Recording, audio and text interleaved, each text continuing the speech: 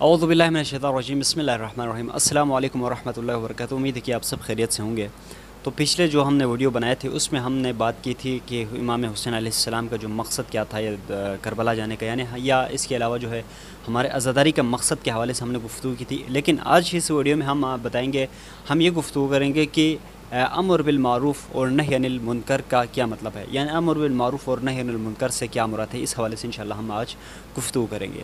ہمارے موضوع کی طرف بڑھنے سے پہلے آپ سے ایک ریکویسٹ ہے کہ آپ ہمارے چینل پر نئے ہیں تو ہمارے چینل کو سبسکرائب ضرور کیجیے اور بیل آئیکن کو بھی پریس ضرور کیجیے، تاکہ جب بھی ہم آڈیو اپلوڈ کریں تو وہ بآسانی آپ تک پہنچ سکے۔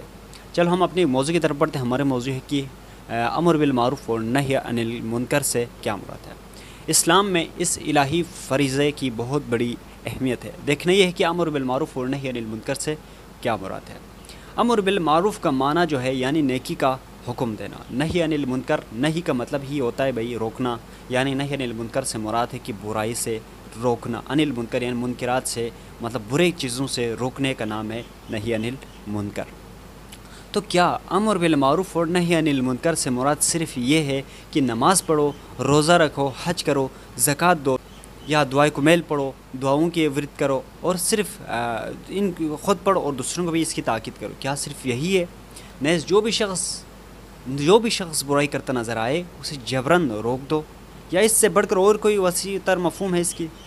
یہ تمام عبادتی امور اپنی جگہ مسلم، لیکن امر بالمعروف اور نہی عن المنکر سے مراد اس سے بڑھ کر ایک اور ایسا فریضہ ہے جس کو بجا لانے والے مومنین اور مومنات کی تعریف خداوند عالم نے خود قرآن مجید میں فرمایا ہے کہ سورہ توبہ آیت نمبر 71 میں اللہ تعالیٰ فرماتے ہیں کہ میں ترجمہ آپ لوگوں کو سنا رہا ہوں، مومن مرد ہو یا عورتیں سب ایک دوسرے کے دوست ہیں۔ یہ امر بالمعروف اور نہی عن المنکر پر کاربند ہے۔ نماز قائم کرتے ہیں، زکوٰۃ دیتے ہیں اور اللہ اور اس کے رسول کی اطاعت کرتے ہیں، یہی لوگ ہیں جن پر اللہ کی رحمت نازل ہوگی۔ اللہ یقیناً طاقت والا اور حکمت والا ہے۔ یعنی حقیقی ایمان کا تقاضا یہ ہے کہ آپس میں محبت اور الفت کا رشتہ قائم ہو۔ مومن اور مومنات ایک دوسرے کے حالات میں دلچسپی لے، ایک دوسرے کی مدد کرے۔ امر بالمعروف کا مطلب یہی ہے کہ آپ کسی کی نیک کام کریں، یعنی نیکی کا حکم دے، نیکی کا آپ امر کرے، یا آپ یہ بھی ہے کہ خود نیکی کرے اور دوسروں کو بھی نیکی کی تاکید کرے، کسی دوسرے کی نیک کام کرے، یعنی آپ کسی کی مدد کرے، یہ بھی آپ کا امر بالمعروف میں شامل ہوگا۔ یعنی آپ کے کردار سے بھی نظر آنا چاہیے، آپ کے پریکٹیکلی طور پر بھی آپ کا نظر آنا چاہیے کہ آپ کسی کو امر کر رہے کہ کسی معروف کی طرف، یعنی نیکی کی طرف آپ امر کر رہے ہیں۔ اور نہی عن المنکر سے بھی مراد یہی ہے کہ آپ کے پریکٹیکلی طور پر آپ کے کردار سے بھی نظر آنا چاہیے کہ آپ کسی چیز کو اپنے اس کردار سے جو ہے نا آپ دوسروں کو بھی روک رہے، کسی منکرات سے یعنی غلط کاموں سے روک رہے۔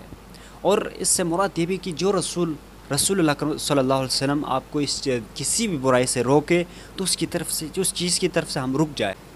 امر بالمعروف اور نہی عن المنکر پر عمل کرنے سے فائدہ یہ حاصل ہوگا کہ تمام اخلاقی تعلیمات پر عمل ہوتا ہے، راستے پر امن اور محفوظ ہو جاتے ہیں، حلال رزق کمانے کی راہیں کھل جاتی ہے، یا زمین آباد ہوتی ہے، مظلوموں کی داد رسی ہوتی ہے، اور دشمنوں کو کیفر کردار تک پہنچایا جاتا ہے۔ اس کے علاوہ جو ہے امر بالمعروف اور نہی عن المنکر پر عمل کرنے سے اس کا نتیجہ یہ ہوگا کہ ایک صالح معاشرہ وجود میں آتا ہے، اس کے علاوہ جو ہے اللہ کی حکومت اس زمین پر قائم ہوگی۔ اس کے علاوہ جو قرآن کا جو نظام ہے یا قرآن میں جو قانون بتایا ہے وہ اس زمین پر نافذ ہوگا۔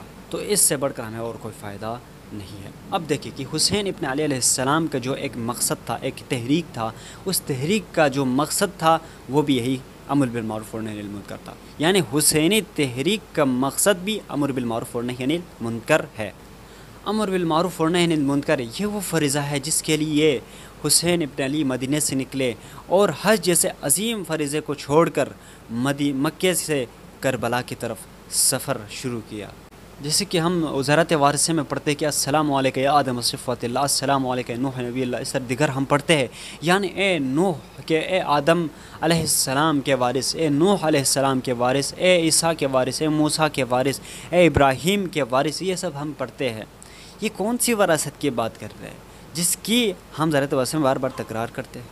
کیا یہ کسی مال و جائیداد کی بات کر رہے ہیں؟ مال و جائیداد یعنی وراثت پہ ملتے، اس کی بات کر رہے ہیں۔ جس وراثت کے ہم بار بار زیارت وارثہ میں ورد کر رہے ہیں، تکرار کر رہے ہیں، اس کی معنویت پر ہمیں غور کرنے کی ضرورت ہے۔ یہ کسی مال و دولت اور زمین و جائیداد کی وراثت کی بات نہیں کر رہے، بلکہ حسین ابن حسین اس الہی فریضے کے وارث اور پاسدار ہے جو خداوند عالم نے انبیاء پر عائد کیا تھا، یعنی امر بالمعروف اور نہی عن المنکر، جس کے نتیجے میں زمین پر اللہ کی حکومت اور اسلام اور قرآن کا نظام نافذ ہوتا ہے۔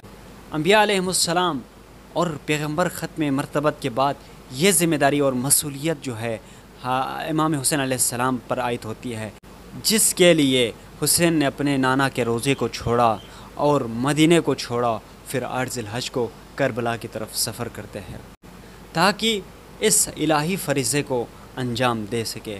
لہٰذا ہمیں بھی حسین ابن علی علیہ السلام کے پیروکار بن کر ان چیزوں پر عمل کرنے کی ضرورت ہے۔ امام حسین علیہ السلام کے پیروکار بن کر ان چیزوں کو ہمیں دل و جان سے تسلیم کرنے کی ضرورت ہے۔